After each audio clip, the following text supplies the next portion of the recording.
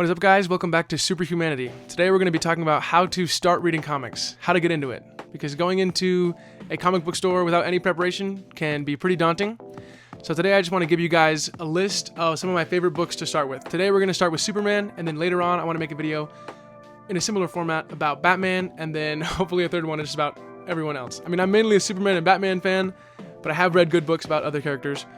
But kind of the idea here is I want to give you guys a good place to start, because if you just walk into the comic book store and grab whatever's on the shelf, it's probably going to be part 15 of some random series, or maybe in like a bigger tie-in. I mean, DC KO, an event that just came out recently in DC, had like over 40 tie-in issues. It was insane. Like, I haven't read it because who's got time for that?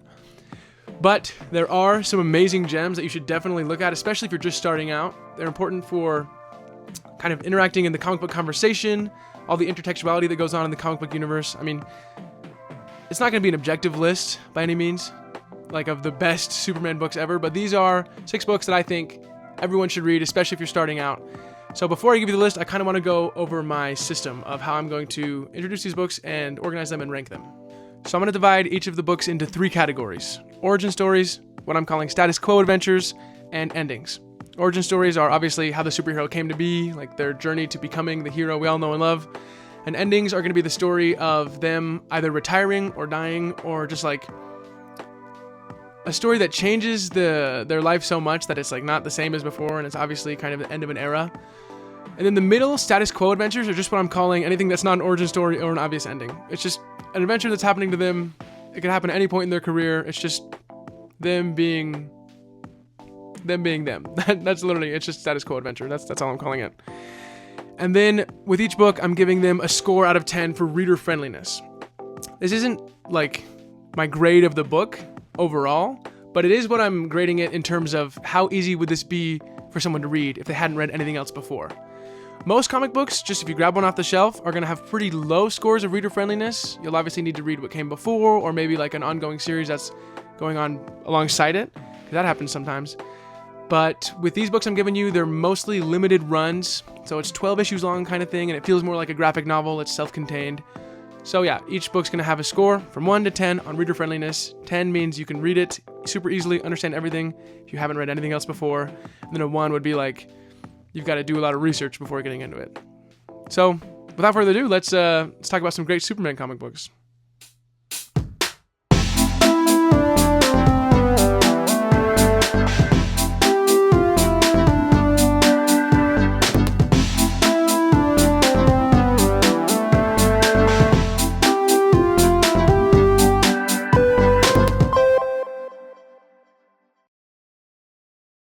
Alright, first up, let's talk about some origin stories.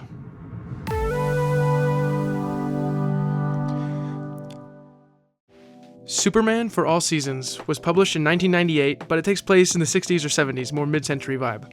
It's a heartwarming and sincere introduction to Superman that examines his origin as a superhero through the eyes of those around him.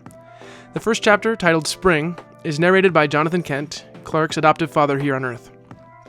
Spring has Pa Kent introduce the reader to the people of Smallville, painting a lovely portrait of the Man of Steel's small-town roots. As the chapter continues, we see Clark use his powers for the first time to save someone's life in a tornado, which leads him to take up the Superman mantle and head to Metropolis.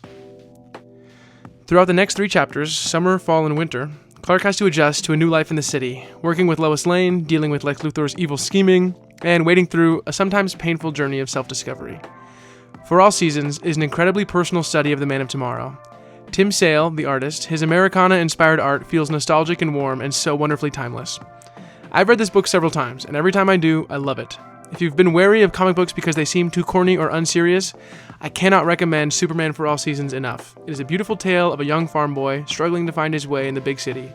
He also happens to be a superpowered alien. For a reader friendliness score, I'm giving this book a 10 out of 10. For all intents and purposes, it's basically its own graphic novel. It is fantastically self-contained, and practically zero prior knowledge is really necessary to enjoy it. Just pick it up, sit back, and enjoy a beautifully human tale of what it means to be Superman. Okay, let's talk about Superman Birthright. Whereas For All Seasons really leaned into the Americana vibe of Superman, Birthright focuses on Superman's alien heritage. This one was published in 2003, only 5 years after All Seasons, but the two could not be more different. The book opens with Clark in Africa, exploring the world, trying to find himself. These Superman origin stories often capitalize fantastically on how much of an outsider Superman really is among us humans. He has to work hard to find his place in the world. I mean, we all do, but it's just great to see that in Superman. Anyway, after some inter-tribe violence breaks out and Clark intervenes, he realizes that maybe his powers aren't something to hide from the world, but a gift that he's supposed to latch onto and really use to help others. He goes back home to Smallville and works with his parents to create the Superman persona and costume.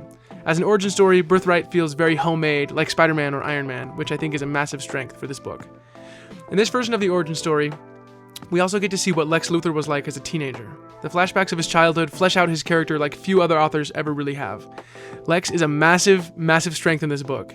Both Lex and Clark have serious trouble fitting in with those around them. Lex because of his unbelievably advanced intelligence, and Clark because of his powers. How they both choose to respond to the hands that they were dealt really defines their characters as adults, and I think it's just a fantastic dichotomy. It's great. For reader friendliness, I'm giving this one a 10 out of 10. Birthright reads like a movie. I've always thought that. The art is easy to follow, and you pretty much meet all the characters alongside Clark, so you don't feel left behind. It is a very fun, energetic read. Highly recommend it to anybody. Even my wife's read this one. It's great. Superman Birthright, 10 out of 10 reader friendliness. Alright, now let's move on to Status Quo Adventures.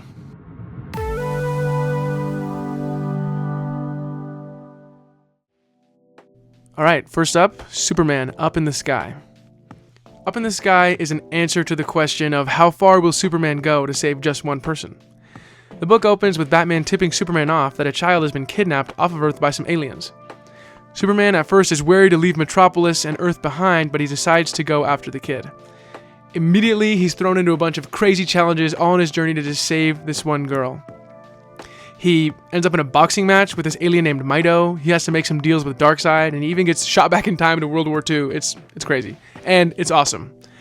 In a lot of ways, this book is a love letter to Superman. It's not concerned with power scaling or, the physics or what really makes sense. I mean, Superman is always doing the impossible in this book. He even ends up in a race with the Flash and wins. But it's a lot more concerned with why he's able to do such amazing things. Superman Up in the Sky does an amazing job of showing the light and the pillar of hope that Superman is for his friends and family and colleagues and even galactic strangers. That's probably my favorite aspect of Superman as a character, because it's really a power we can all have. We can all be a ray of hope for other people. Also, the book is by Tom King, and Tom King is the GOAT. I love Tom King. For reader friendliness, I'm giving it a 7 out of 10. Because it takes place in a very lived-in DC universe, so there's a lot of characters that come in that it's not super necessary to know, but they do show up, and it can be a little confusing. Also, there's a very disjointed feeling between the issues. It's very episodic, and that's something that was kind of hard for me the first time I read it, but once you get used to it, it's all chill. So, 7 out of 10 reader friendliness, Superman Up in the Sky. Moving on to Superman Red and Blue. This is a great anthology series, which means that it's just a compilation of a bunch of separate short stories with a bunch of amazing artists, like really great, talented people showed up to work on Superman Red and Blue. It's so fun. It's a very easy read because each story is only a couple of pages long. The art in this book, some of the art is just incredible. Mainly on screen, I'm just showing the story that was written by Daniel Warren Johnson, and he did the art too. I mean, he's great. His work on Transformers and the Absolute Batman Annual #1, just like DWJ, love that guy. He's the GOAT. But anyways, there's not a ton to say about Superman Red and Blue. At the end of the day, it is just a collection of short stories, but it's very recommendable. It's such a fun read. For reader friendliness, I'm giving it an 8 out of 10. Some of the authors like to tie in other DC characters that are tangential to Superman. So in that case, it might be good to know a little bit of stuff. But for the most part, it's super easy. And it's the Superman we all know and love. This book does a great job of just feeling nostalgic and new at the same time. It's great. Reader friendliness, 8 out of 10. Superman Red and Blue. It's fantastic. Okay, it's time for the endings.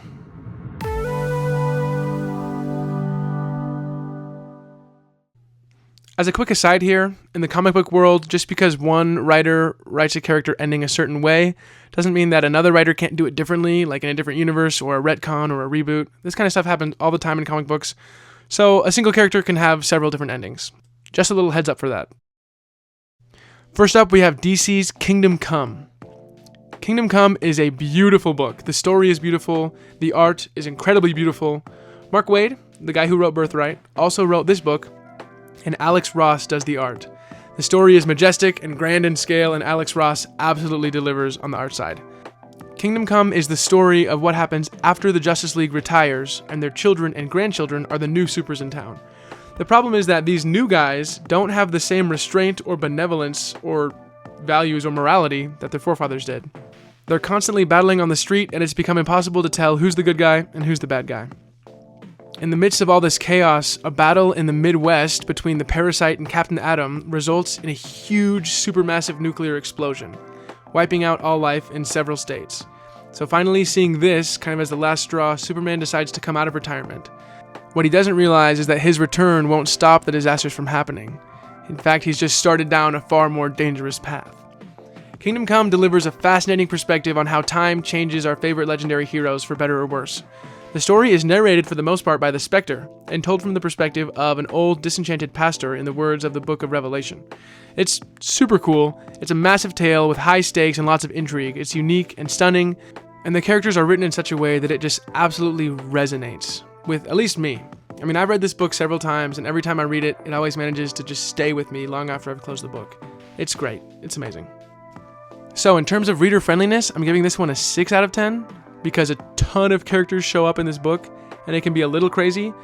But the main characters, it's not a huge cast. Like, you got Superman, Wonder Woman, and Batman are kind of the main people, as well as the Spectre. But it's not crazy hard. I mean, I think as long as you've seen the Justice League Unlimited show, you should be chill. Like, if you watch one of the shows, you should know enough to at least get a good amount out of the book. That's what I think. So I'm giving it a 6 out of 10. Okay, last up we have All-Star Superman. This is probably the single most famous Superman book of all time. A lot of people consider it to be like the definitive take on Superman. In a lot of ways, it really encapsulates what makes Superman so timeless. I'm not going to say as much about this one as I have as the others because I made an episode about this already. In fact, my first video on the whole channel was a podcast with my brother about this very book. So you should totally check out that episode. The premise of the story is that Superman flies too close to the sun and he starts dying because he absorbed too much solar radiation into his cells. So the book kind of centers around him dealing with his own mortality while he also works to complete these 12 monumental tasks that he has to, do before he dies. It's by Grant Morrison, so the book can be a little bizarre at times, but it's very thought-provoking. There's a lot of seriously iconic Superman moments in this book. So in terms of reader friendliness, I'm also giving this a 6 out of 10, but not for the same reasons as Kingdom Come. All-Star is very self-contained, and you don't need to read anything before really to know what's going on, besides the fact that Superman gets his power from the sun, but they kind of go over that. But it's just kind of bizarre. It feels episodic, it's disjointed like Up in the Sky, and crazy stuff goes down in every issue. But honestly, you can just look up like a random blog about it or something, and people usually kind of explain what's going on. I did that. I definitely looked up a couple of the issues and was like, what's actually going down here? But that's why I'm giving it a 6 out of 10, but it is really a fantastic book. All-Star Superman, I think, is like required reading pretty much for Superman fans. Okay, so those are my recommendations for Superman books for beginners in the comic book world. They're not the only good Superman books out there. There are many great stories, and if you guys think I missed some important ones, please leave that down in the comments below. I would love to start a conversation down there. Thank you guys for watching. It's been super fun to make. I love making these videos. And hopefully next time, or hopefully soon, I'll be able to put out the Batman episode. But yeah, thanks for watching. If you guys liked the video and you've made it this far, totally consider subscribing. That'd be great. Trying to get to 100 subs. Let's go! But yeah, see you guys later.